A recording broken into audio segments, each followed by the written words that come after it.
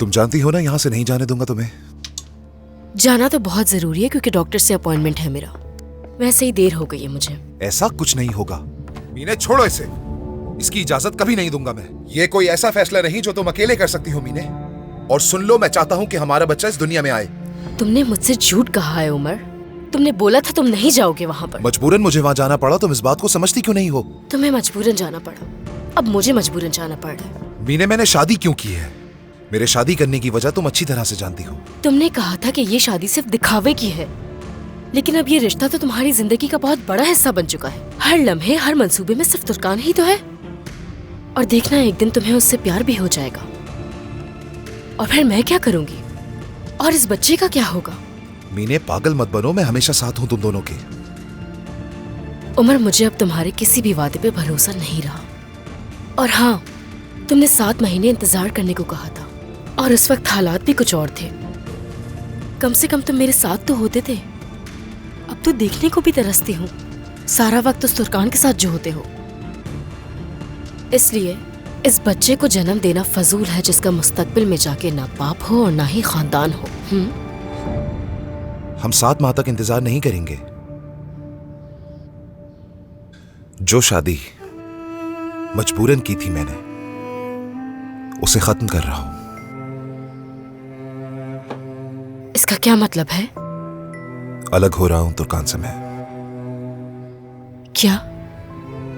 उससे अलग हो रहे हो? सच में? तलाक दे रहा हूं उसे। आज पता करा रहा हूं मैं उसे कि हम तलाक ले रहे हैं, और वो मान गई। क्या सुनकर खुशी हुई तुम्हें? हाँ, मैं अपनी तमाम जिम्मेदारियों से निजात पा रहा हूं। खत्म हो रही है शादी।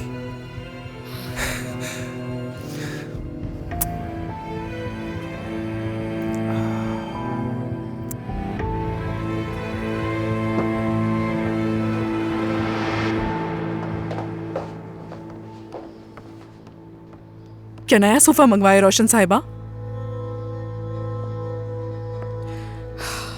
आयला, तुम इस घर में नई हो।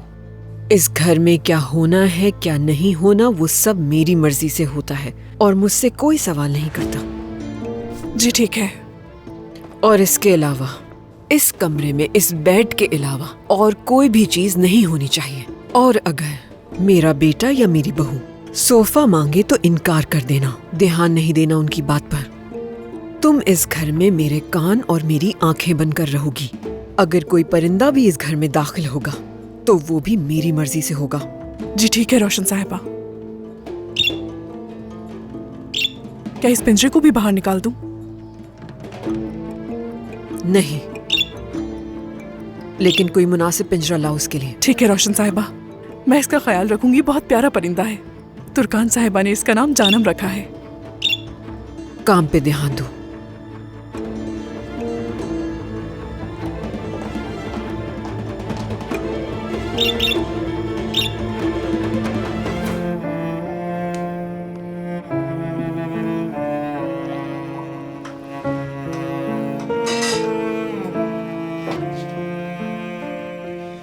बहुत शुक्रिया तुम्हारा। अभी ये कॉफी पीते हैं, फिर मैं खाने के लिए कुछ बना लूंगी। मेरे ख्याल से अब तुम्हें कॉफी नहीं पीनी चाहिए मीने। सही कह रहे हो, ख्याल करूंगी अब। मीने, ये सब सुनकर तुम्हें खुशी क्यों नहीं हो रही, ये समझ नहीं आ रहा मुझे। यानी मैं बता रहा हूं कि सब कुछ खत्म हो गया, आजाद हो रहा हूं, फिर भी क्यों खुश नहीं हो?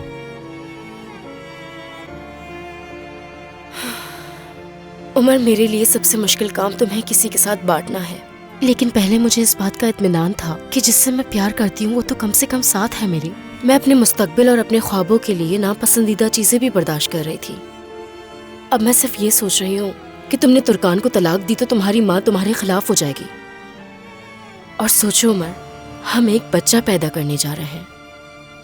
अगर तुम्हारी माँ तुम्हारे खिलाफ हो गई तो हमारी सरमायाकारी के लिए कौन होगा? क्या करेंगे हम? अब ये सिर्फ हमारे ख्वाबों की बात नहीं है उमर, हमारे बच्चे का मुस्तकबिल भी है। मुझे अब सरमायाकारी की कोई परवाह नहीं मीने। अब देखो ना, ना ही तुम और ना ही मैं एक दूसरे की दूरी बर्दाश्त कर सकते हैं। मीने, मैं जानता हूं मुश्किल होगा, ये आसान नहीं है। हमें सब सिफर से शुरू करना होगा। अब हम वालिदैन बनने वाले हैं और बच्चे को पैसा नहीं बाप चाहिए जो उसकी परवरिश करे और शफकत भरा हाथ उसके सर पे रखे। और ये चीज दौलत से बढ़कर होती है। जो मेरे साथ हुआ उसे मैं अपने बच्चे के साथ नहीं होने दूंगा। मैं अपना बचपन दोबारा उसके साथ जीना चाहूंगा। मीने,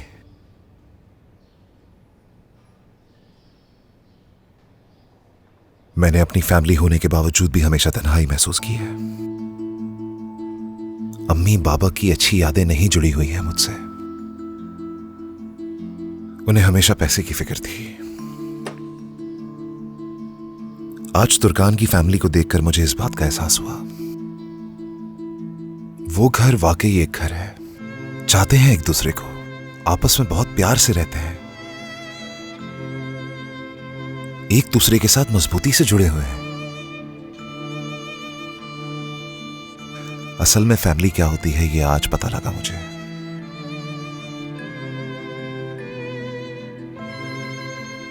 जब मैं वहां गया तो बहुत खुश थे वो लोग।